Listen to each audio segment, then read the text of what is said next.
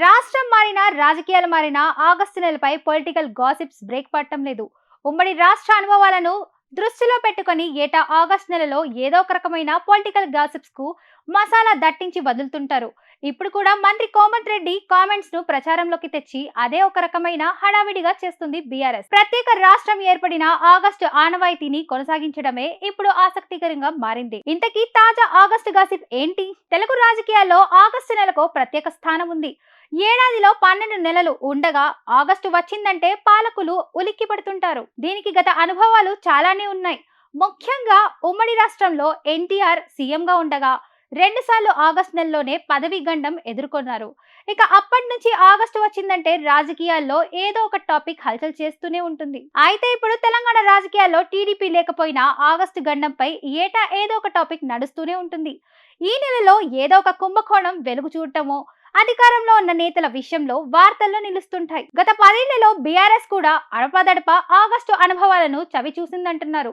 దీంతో ఆగస్టుకు రాజకీయంగా ప్రాధాన్యం ఏర్పడింది. ఇక ఇప్పుడు కూడా ఆగస్టు నెలలో కాంగ్రెస్ గడ్డు పరిస్థితులను ఎదుర్కోబోతుందంటూ మంత్రి కోమటిరెడ్డి తెరపైకి తెస్తుంది గులాబీ పార్టీ. ఆగస్టు గండానికి లింకు పెట్టి కోమటిరెడ్డి వ్యాఖ్యలు తెలంగాణ రాజకీయాల్లో కలకలం రేపిస్తున్నాయని బీఆర్ఎస్ ఎమ్మెల్యే పాడి కౌశిక్ రెడ్డి చేసిన వ్యాఖ్యలు రాష్ట్ర రాజకీయాల్లో ఆగస్టుపై చర్చకు దారితీస్తున్నాయి. సీఎం రేవంత్ రెడ్డి అమెరికా పర్యటనకు వెళ్తుండగా రాష్ట్రంలో పాలన వ్యవహారాలను తాను చూసుకుంటానని మంత్రి కోమటిరెడ్డి వ్యాఖ్యానించడాన్ని విస్తృతంగా ప్రచారం చేస్తుంది బీఆర్ఎస్. సీఎం అమెరికాలో ఉండగా నల్లగొండ, ఖమ్మం మంత్రులు ఆయన కుర్చీ లాగేస్తారని కౌశిక్ రెడ్డి వ్యాఖ్యానించడం తన వ్యాఖ్యలకు ఆగస్టు గండాలను ఉదాహరిస్తుండడం ఆసక్తికరంగా మారింది. రాజకీయ విమర్శలైన తెలుగు రాష్ట్రాల రాజకీయాల్లో ఆగస్టు ఉన్న ప్రత్యేకత దృష్ట్యా కౌశిక్ రెడ్డి వ్యాఖ్యలు వైరల్ అవుతున్నాయి. విదేశీ పెట్టుబడులను ఆకర్షించేందుకు సీఎం రేవంత్ రెడ్డి అమెరికా పర్యటనకు శ్రీకారం చుట్టారు. 12 రోజుల పాటు సీఎం అమెరికాలో ఉంటారు. ఈ 12 రోజులు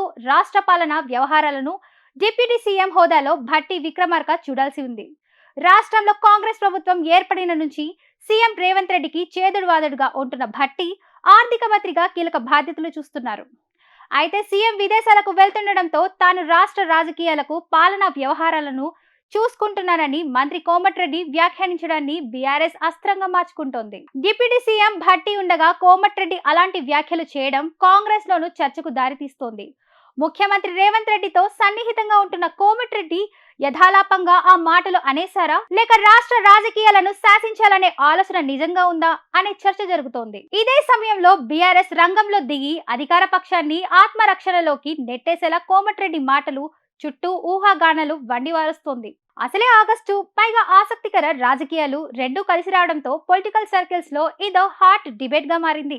ప్రస్తుతానికి రాష్ట్రంలో ఎలాంటి రాజకీయ సంక్షోభం లేకపోయినా కాంగ్రెస్ సీనియర్ మంత్రి చేసిన వ్యాఖ్యలను బీఆర్ఎస్ ఎమ్మెల్యే కౌశిక్ రెడ్డి చాలా చాకచక్యంగా వాడుకొని పొలిటికల్ మైలేజ్ పెంచుకోవాలని చూడటమే పొలిటికల్ సర్కిల్స్ లో హాట్ టాపిక్ గా మారింది.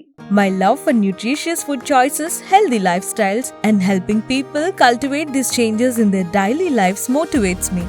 I've explored a few options, but Sun Institute is the obvious choice for my journey.